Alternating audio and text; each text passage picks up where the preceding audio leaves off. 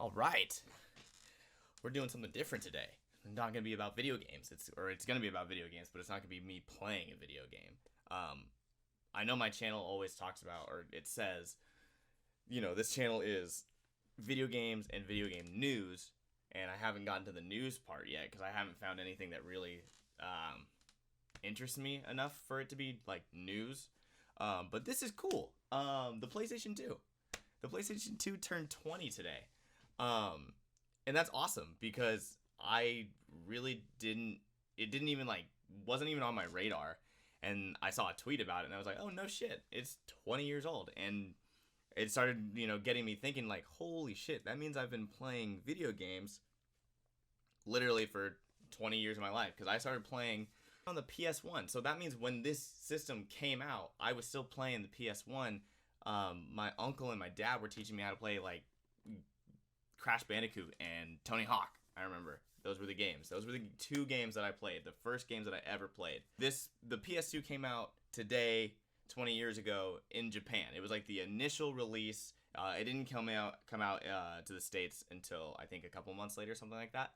But yeah, this is awesome, and I think it's so cool, at least for me, and I'm assuming a lot of other people that are around my age in my generation, because PlayStation 2 was like the system for everybody getting into gaming. Like I really feel like it blossomed my love for video games, and it was the only system I had for I don't know how long, and I played it into the ground. And of course, being like the main reason is the games that it had. I feel like there was just so much that the PlayStation 2 cared. Like its library was insane. It had first party games, second party games, third party games. It was unreal. And a lot of my time playing video games just came from renting them. Like, anybody remember Hollywood Videos? Or I didn't use Blockbuster. But Hollywood Videos, I remember going there and my parents would get a movie and I would get a game.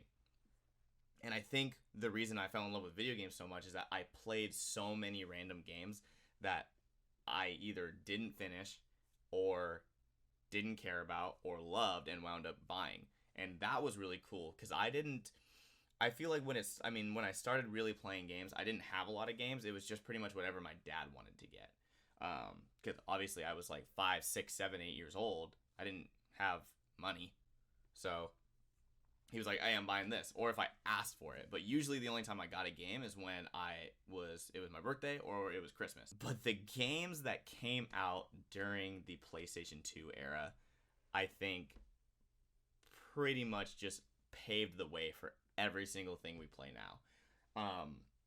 And obviously this can't be like a PlayStation 2 appreciation video without the main like mascots of the game. And at least in my opinion are Jak and Daxter from Naughty Dog, Sly Cooper from Sucker Punch, and of course a second party company, Insomniac, who made Ratchet and Clank one of the best games of all time. These were the staples. These were the games that every kid my age remembers and every kid my age loved, because I don't know what it was, but this game franchise, all three of them. I mean, they had so many different games. Jak and Daxter had Jak 1, 2, 3. I think they had a racing game at one point. Ratchet and Clank had 1, 2, 3. I don't even know how many Ratchet and Clanks they made, and they made a reboot not too long ago. And then Sly Cooper had a reboot as well not too long ago that didn't do too well, but those games were amazing as well. It's cool to see that this many people are so stoked on these games still, and like what they feel what those games did. And those aren't even counting. There's so many other games. Like, I was a kid, so I was playing those games, which makes sense. You're playing a lot of different cartoonish games. But that doesn't go without saying. There were so many more mature games that I never got into because I was, one, never into it, and two, wasn't really allowed to play those games. I mean, Grand Theft Auto Vice City was a PlayStation 2 game. Probably one of the best Grand Theft Autos of all time if you're not counting the other Grand Theft Auto that was on PlayStation 2, which was fucking San Andreas. Without a doubt, best Grand Theft Auto of all time. Don't at me. But there was Grand Theft Auto. I mean, God of War was started on the PlayStation 2, which is widespread one of the greatest franchises of all time. I mean, look at God of War on PS4. That game I think it got Game of the Year and a ton of other awards. The game was amazing, but it started on PlayStation 2. And then, of course, one of the best games in this series of all time, Resident Evil 4. Like, this system had so many just hitters, absolute hitters, which was so cool. Because, and I never even really got to play those games until I was a little bit older. Like, I just recently played, like, the first God of War, Vice City. I played that for the first time recently, just because I had never played it. I had watched people play it, but I had never played it myself. Resident Evil 4 is actually on my list. Crazy enough, I've literally never played that game in my life. I actually have never played a Resident Evil until the remake, so that's fun, stupid fact. But other than just, like, nostalgia, because this might be a whole, like, nostalgia thing, and people who weren't into PlayStation 2 might be like, okay, like, whatever. PlayStation 2 had some quality looking games, and I think that was just what was so cool about the difference between the PlayStation 1 and the PlayStation 2. PlayStation 2 had games like Shadow of the Colossus, which was just basically the best thing you could get close to Legend of Zelda if you weren't playing a Nintendo system. They had Metal Gear 3, which, I mean, PS1 had the first Metal Gear Solid, which was amazing. You know, like, people couldn't wrap their heads around that. But Metal Gear 3 was probably one of the greatest games of all time.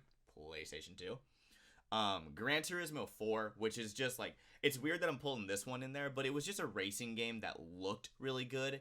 And I read somewhere that there was like 700 different like cars that you can drive, which was huge considering PlayStation 2 came out in 2000, like the beginning of 2000. And then of course I need to talk about this one last. Kingdom Hearts. Literally one of my favorite franchises of all time. We're not going to talk about the third one. One of my favorite franchises of all time was on this system. Both games, Kingdom Hearts 1 and Kingdom Hearts 2.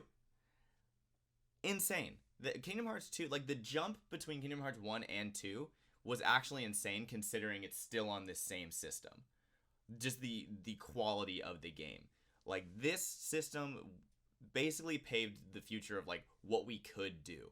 And now look, we've got fucking Final Fantasy VII remake coming out on the PS4, and it looks amazing.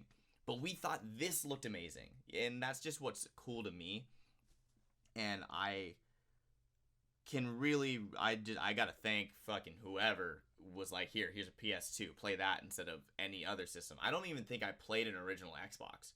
I'm honestly gonna say, I don't think I knew anybody who had an original Xbox, and all I had was a PS2 and a GameCube.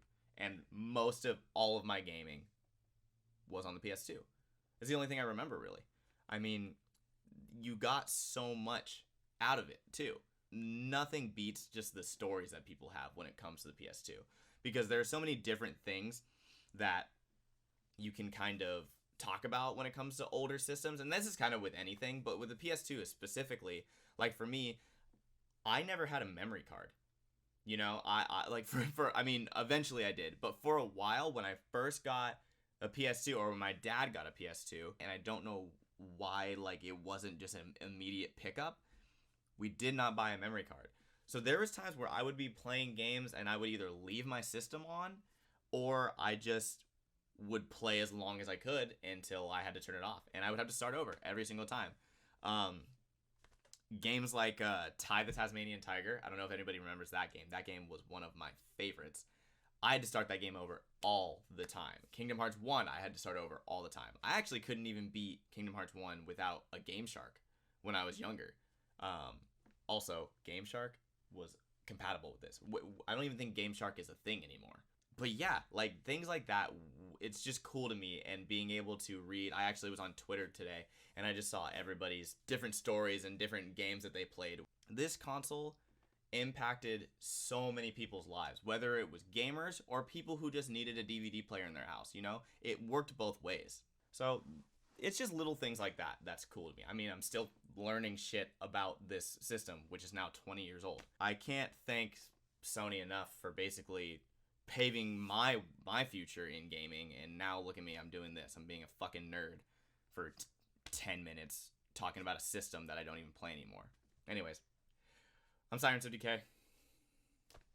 Here's an outro.